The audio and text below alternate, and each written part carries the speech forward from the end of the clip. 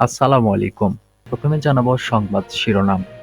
Polythene উৎপাদকদের বিরুদ্ধে আইনি পদক্ষেপ নেওয়া হবে বললেন উপদেষ্টা। ২১ দিনেই প্রবাসী আয় এলো ২৪,০৮৬ কোটি টাকা এবং স্বৈরশাসকদের অধ্যায় জেলেই শেষ হয় বললেন প্রেস সচিব। সর্বশেষ জানাবো শান্তিনিকেতনে কাল শুরু হচ্ছে পৌষ মেলা। শুনছিলেন শিরোনাম, এবারে বিস্তারিত। পলিথিন উৎপাদকদের বিরুদ্ধে আইনি পদক্ষেপ নেওয়া হবে বললেন উপদেষ্টা। পরিবেশ, বন ও জলবায়ু পরিবর্তন মন্ত্রণালয়ের উপদেষ্টা সৈয়দা রিজওয়ানা হাসান বলেছেন, পলিথিন উৎপাদনকারীদের তালিকা করে তাদের বিরুদ্ধে আইনি পদক্ষেপ নেওয়া হবে।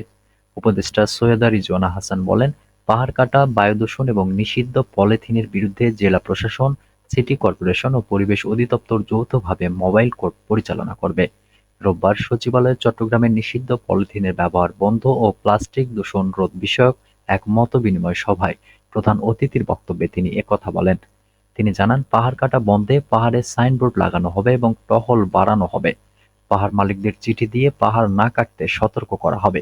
কেউ আইন অমান্য করলে তাদের বিরুদ্ধে ব্যবস্থা নেওয়া হবে। উপদেষ্টা আরও বলেন, পলিথিন উৎপাদনকারীদের তালিকা করে তাদের বিরুদ্ধে আইনি পদক্ষেপ নেওয়া হবে। প্যাকেজিং পণ্যে বারকোড ব্যবহার বাধ্যতামূলক করতে হবে। বাজার ও সুপার শপে মোবাইল কোর্ট পরিচালনা এবং পলিথিন ভর্তি ট্রাক আটকানোর উপর জোর দেন তিনি। সভায় চট্টগ্রাম সিটি কর্পোরেশনের মেয়র ডক্টর শাহাদাত হোসেন, পরিবেশ মন্ত্রণালয়ের সচিব ডক্টর ফারহিনা আহমেদ, স্থানীয় সরকার বিভাগের সচিব মোহাম্মদ নজরুল ইসলাম, চট্টগ্রাম উন্নয়ন কর্তৃপক্ষের চেয়ারম্যান ও অন্যান্য কর্মকর্তা বক্তব্য রাখেন। সভায় চট্টগ্রাম বিভাগের সরকারি, বেসরকারি সংস্থার প্রতিনিধি, পরিবেশবাদী সংগঠনের প্রতিনিধি, ব্যবসায়ী এবং গণমাধ্যম কর্মীরা অনলাইনে অংশ নেন। তারা নিষিদ্ধ পলিথিনের ব্যবহার বন্ধে আইন প্রয়োগ এবং সচেতনতা বাড়ানোর আহ্বান জানান। ২১ দিনেই প্রবাসী আয় এলো ২৪,০৮৬ কোটি টাকা। ডিসেম্বরের ২১ দিনে প্রবাসী আয় এসেছে ২০০,৭২,৩০,০০০ মার্কিন ডলার বা $২ বিলিয়ন। বাংলাদেশি মুদ্রায় যা ২৪,০৮৬ কোটি টাকা। সাম্প্রতিক সময়ের সর্বোচ্চ প্রবাসী আয় এটি। রোববার এ তথ্য প্রকাশ করে বাংলাদেশ ব্যাংক। তথ্য অনুযায়ী ডিসেম্বরের ২১ দিনে প্রতিদিন এসেছে $৯,৫৫,৮২,৩৮০। ডিসেম্বর মাসে প্রবাসী আয়ের নতুন মাত্রা যোগ করল, কারণ ২১ দিনের মধ্যে প্রতিদিন যে প্রবাসী আয় এসেছে সাম্প্রতিক সময়ে এমন প্রবাহ লক্ষ্য করা যায়নি। আগের মাস নভেম্বরে প্রতিদিন প্রবাসী আয় এসেছিল $৭,৩৩,১৭,০০০। আর আগের বছরের ডিসেম্বরে প্রতিদিন প্রবাসী আয় এসেছিল $৬,৬৩,৭৫,৩৩৩। তথ্য পর্যালোচনা করলে দেখা যায়, ডিসেম্বরে রাষ্ট্রায়ত্ত বাণিজ্যিক ব্যাংকগুলোর মাধ্যমে এসেছে $৬১,৩১,০০,০০০। রাষ্ট্রায়ত্ত বিশেষায়িত কৃষি ব্যাংকের মাধ্যমে এসেছে $৭,৭৩,৫০,০০০। সব বেসরকারি বাণিজ্যিক ব্যাংকের মাধ্যমে এসেছে $১৩১,১৬,২০,০০০ এবং বিদেশি ব্যাংকগুলোর মাধ্যমে এসেছে $৫১,৬০,০০০। একক ব্যাংক হিসাবে ডিসেম্বরের প্রথম ২১ দিনে সর্বোচ্চ প্রবাসী আয় এসেছে ইসলামী ব্যাংকের মাধ্যমে $২৭,৫৪,২০,০০০। দ্বিতীয় সর্বোচ্চ প্রবাসী আয় এসেছে বেসরকারি ব্র্যাক ব্যাংকের মাধ্যমে $১৫,৯৩,৯০,০০০। স্বৈরশাসকদের অধ্যায় জেলেই শেষ হয় বললেন প্রেস সচিব। স্বৈরশাসকদের অধ্যায় জেলেই শেষ হয় বলে মন্তব্য করেছেন অন্তর্বর্তী সরকারের প্রধান উপদেষ্টার প্রেস সচিব শফিকুল আলম।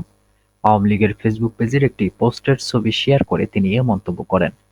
রোববার দেওয়া এক ফেসবুক পোস্টে শফিকুল আলম লেখেন, বাংলাদেশ আওয়ামী লীগ আজ একটি অপতথ্য ছড়িয়ে বলেছে, প্রধান উপদেষ্টার কার্যালয়ের প্রেস উইং এবং আন্তর্জাতিক অপরাধ ট্রাইব্যুনালের প্রধান এই গুজবের পেছনে রয়েছে।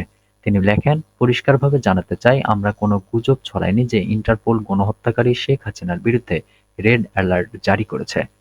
আমার দলের কেউই এ ধরনের কোনো মন্তব্য করেনি, তাদের সঙ্গে কোনো সাংবাদিক যোগাযোগ করেননি। গুজব ছড়ানো একমাত্র বাংলাদেশ আওয়ামী লীগ ও তাদের সহযোগী ও সমর্থকদের কাজ। তিনি আরও লেখেন, তবে আমরা এতটুকু বলতে পারি, দেরি হোক বা দ্রুত হোক, আমরা শেখ হাসিনার বিরুদ্ধে গণহত্যা, গুম ও দুর্নীতির অভিযোগে প্রত্যর্পণ চাইব। ভারতের সঙ্গে আমাদের প্রত্যর্পণ চুক্তি রয়েছে, আমরা আশা করি ভারত এই চুক্তির প্রতি সম্মান জানাবে। শফিকুল আলম লেখেন, শেখ হাসিনার ছাত্র, শ্রমিক, এমনকি মাত্র ৪ বছরের শিশুরও হত্যাকারী, হাজারো মানুষের গুম জননী, যাদের বেশিরভাগই ছিলেন বিরোধী দলের কর্মী। বিশ্ব সম্প্রতি শেখ হাসিনার মানবাধিকার লঙ্ঘনের ভয়াবহতা বুঝতে পেরেছে। তিনি লেখেন, লাতিন আমেরিকা সহ বিশ্বের অন্যান্য স্থানের নির্যাতনকারীদের গল্পগুলো বারবার প্রমাণ করে যে স্বৈরশাসকদের অধ্যায় জেলেই শেষ হয়। শান্তিনিকেতনে কাল শুরু হচ্ছে পৌষ মেলা। আগামীকাল সোমবার পশ্চিমবঙ্গের রবীন্দ্র স্মৃতি বিজড়িত শান্তিনিকেতনের ঐতিহাসিক পৌষ মেলা শুরু হচ্ছে। এবারের মেলা হচ্ছে ৫ বছর পর। শান্তিনিকেতনের পূর্বপল্লীর মাঠে এই মেলা চলবে ৬ দিন। এর আগে মেলা ৩ দিন হতো, এবার ৬ দিন হবে। পৌষ মেলাকে ইউনেস্কো বিশ্ব ঐতিহ্যের স্বীকৃতি দেওয়ার পর এবারই প্রথম পূর্বপল্লীর মাঠে অনুষ্ঠিত হচ্ছে এই মেলা। প্রতিবছর ৭ই পৌষ এই মেলা বসে। এই মেলা এবার ১৩০ বছরে পা দিচ্ছে। মহর্ষি দেবেন্দ্রনাথ ঠাকুরের দীক্ষা দিবসকে স্মরণ করে প্রতিবছর বসে এই পৌষ মেলা। ১৩০১ বঙ্গাব্দের পয়লা পৌষ সূচনা হয়েছিল এই পৌষ মেলার। প্রথমে বিশ্বভারতীর কাঁচ মন্দিরের সামনে একদিনের জন্য বসত এই মেলা।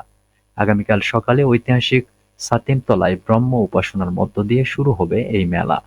এবারও প্রতিদিন এই মেলা প্রাঙ্গণের মঞ্চে অনুষ্ঠিত হবে অন্যান্য সঙ্গীতের মধ্যে পল্লীগীতি, বাউল, ফকিরি, কবিগান, কীর্তন ও লোকগীতির গানের আসর আর যাত্রা অনুষ্ঠান। ২০১৯ সাল পর্যন্ত ধারাবাহিকভাবে এই মেলা চলে এলেও ২০২০ সালে করোনা ভাইরাসের কারণে বন্ধ থাকে। তারপরের ২ বছর বিশ্ববিদ্যালয়ের তৎকালীন উপাচার্যের আপত্তিতে এই মেলা অনুষ্ঠিত হতে পারেনি পূর্বপল্লীর মাঠে। ওই ২ বছর বোলপুরের ডাকবাংলার মাঠে স্থানীয় পৌরসভা ও বাংলা সংস্কৃতির মঞ্চের উদ্যোগে আয়োজন করা হয় বিকল্প পৌষ মেলার। গত বছর বিশ্বভারতী ও শান্তিনিকেতন ট্রাস্ট পশ্চিমবঙ্গ রাজ্য সরকারকে মেলার আয়োজন করার দায়িত্ব দিলে তা নিয়েও বিতর্ক তৈরি হয়। তাই শেষ ৪ বছর জেলা প্রশাসন উদ্যোগ নেয় এই মেলার। এবার আবার বিশ্বভারতী কর্তৃপক্ষ পূর্বপল্লীর সেই মাঠে আয়োজন করেছে এই ঐতিহাসিক পৌষ মেলার। শান্তিনিকেতনের এই পৌষ মেলা সাম্প্রদায়িক সম্প্রীতির এক মহামিলন মেলা হিসেবে পরিণত হয়েছে। এখানে ধর্ম, বর্ণ ও গোত্রে ভেদাভেদ থাকে না। সম্প্রীতির মেলবন্ধনে একাত্ম হয় সবাই। এবার মেলাকে পরিবেশ বান্ধব করার জন্য মেলা জুড়ে প্লাস্টিক বর্জন কর্মসূচি নেওয়া হয়েছে। এজন্য বিকল্প ব্যবহারের জন্য তৈরি হয়েছে পরিবেশ বান্ধব ব্যাগ। এবারও মেলার নিরাপত্তা জোরদার করার উদ্যোগ নিয়েছে পুলিশ।